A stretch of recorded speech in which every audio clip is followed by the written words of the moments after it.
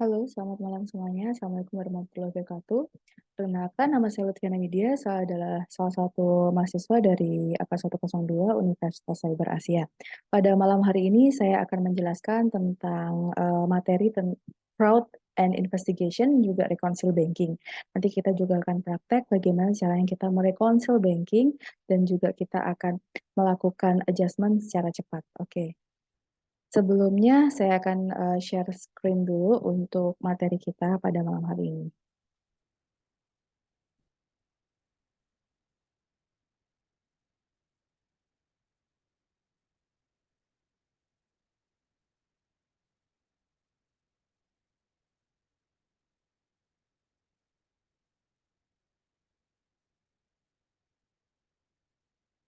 Nah, eh, fraud atau kecurangan itu faktor-faktor utamanya adalah karena adanya kesempatan.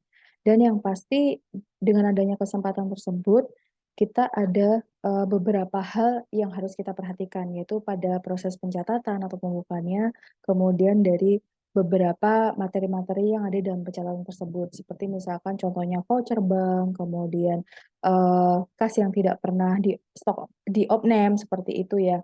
Kemudian juga adanya reconcile banking yang terlalu lama jaraknya.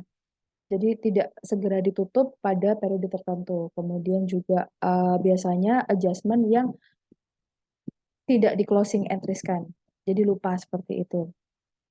Nah, pada pengendalian internal itu ada beberapa ya.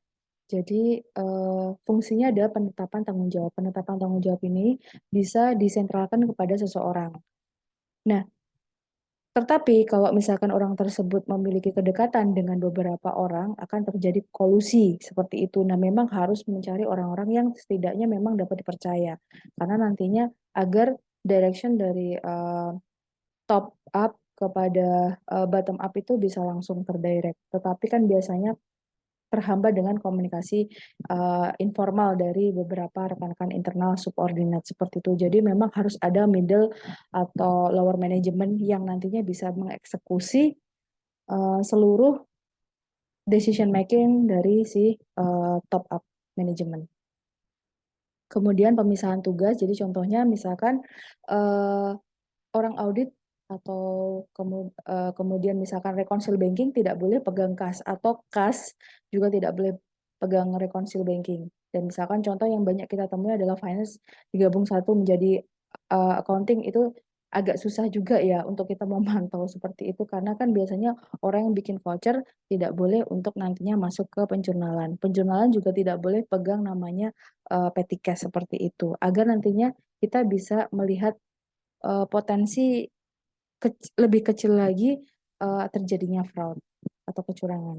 Kemudian untuk pengendalian kas, nah di pengendalian penerimaan kas ini sebaiknya tuh memang tidak perlu terlalu kita menjurnal ya, hanya saja kas kecil itu harus sering-sering kita pantau dan kita upgrade untuk totalnya. Biasanya rata-rata untuk perusahaan itu minimalnya adalah 3 juta, seperti itu sampai 10 juta, tergantung dari struktur dari perusahaan itu sendiri. Jika perusahaan itu bergerak dalam bidang services, itu misalkan biasanya lebih besar daripada perusahaan dagang. Atau manufaktur itu juga biasanya lebih besar. Kemudian untuk penerimaan dari penjualan tunai, itu juga kita harus gunakan bukti voucher. Biasanya perusahaan-perusahaan yang sudah stabil untuk SOP dan KPI-nya itu akan mengagendakan dalam bentuk voucher. Vouchernya bank masuk seperti itu. Nanti akan terhubung dengan mutasi rekening. Kemudian untuk jika kita mendapatkan kas yang berlebih ataupun kurang, itu kita harus menjurnalkannya dalam bentuk jurnal kas atau secara kas, cash flow seperti itu. Kemudian untuk pengendalian pengeluaran kas itu juga dilakukan oleh petty cash sendiri ya, bagian petty cash sendiri, dan itu tidak boleh digabung dengan bagian accounting atau finance lainnya yang berhubungan dengan bank seperti itu, karena ditakutkan akan terjadi kecurangan atau misalkan mereka kurang begitu fokus dalam penjabaran tugasnya seperti itu. Kemudian yang terakhir ada pengendalian sistem voucher. Nah, sistem voucher ini sendiri itu sebetulnya kalau misalkan kita sudah menggunakan ERP, maka perusahaan akan lebih mudah untuk mengontrol voucher-voucher bank masuk, bank keluar, kas masuk, dan kas keluar. Nah, sayangnya biasanya pada beberapa perusahaan Untuk sistem voucher sendiri itu masih kadang kurang terlalu rapih ya. Jadi mereka kadang tidak perlu menjurnal si sistem voucher sendiri karena hanya penjualan tunai atau misalkan pembelian tunai seperti itu. Beberapa perusahaan sudah menerapkan itu harus menggunakan sistem voucher. Nah, antara kas ke bank atau bank ke kas, biasanya saya pribadi lebih menyenangi untuk menggunakan ayat silang agar nantinya kita bisa mendeteksi apakah kita ada kesalahan dalam penjurnalan sistem baik mutasi rekening bank maupun dari arus kas seperti itu. Dan sistem voucher sendiri juga digunakan nantinya untuk pembayaran utang kepada supplier ataupun kita mendapatkan pembayaran secara kredit dalam bentuk piutang dagang kita kepada customer. Nah, pengendalian kas kecil itu adalah mulai dilakukan dengan pembentukan dana pada kas kecil. Yang tadi saya bilang, maka harus kita upgrade total saldonya berapa, maksimal adalah 10 juta. Kemudian melakukan pembayaran dari dana kas kecil. Diusahakan untuk pembayaran-pembayaran seperti misalkan ATK atau segala macamnya, tetapi bukan dalam bentuk liabilities short term atau jangka pendek karyawan. Diusahakan itu tidak boleh. Minimal untuk transaksi itu adalah mohon maaf, untuk maksimalnya adalah 500 sampai 1 juta. Lebih dari itu, gunakanlah kas besar. Contoh untuk pembayaran dana kas kecil seperti ATK, kemudian seperti eh, uang bensin yang tidak berkala. Seperti itu hanya casual aja. Kemudian kita harus yang paling penting adalah mengisi kembali kas kecil karena itu adalah bentuk kita untuk bisa mengkontrol apakah kas kecil ini sesuai untuk pengeluarannya. Dilakukan juga untuk pengecekan bon-bon terkait ya. Jadi harus dilampirkan bon itu sendiri di belakang si voucher.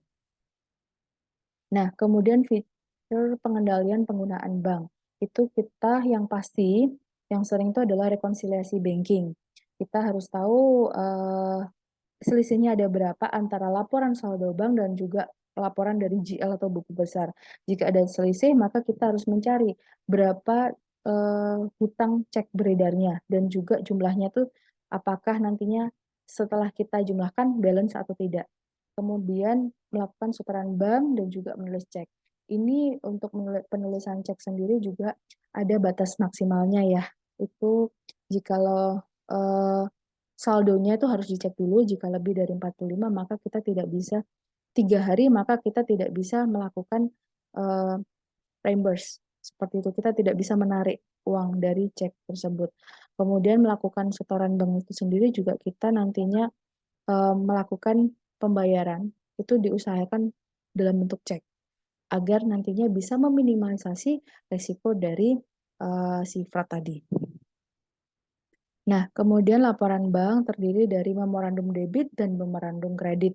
Notes debit dan notes kredit. Itu kalau untuk notes debit ya kita pastinya akun payable, kalau notes kredit adalah akun piutang yang nantinya akun piutang itu atau memorandum kredit itu nantinya sebagai salah satu aset kita yang masih di hold oleh pihak lain dan itu nantinya bisa kita uangkan untuk dioperasionalkan di kemudian hari.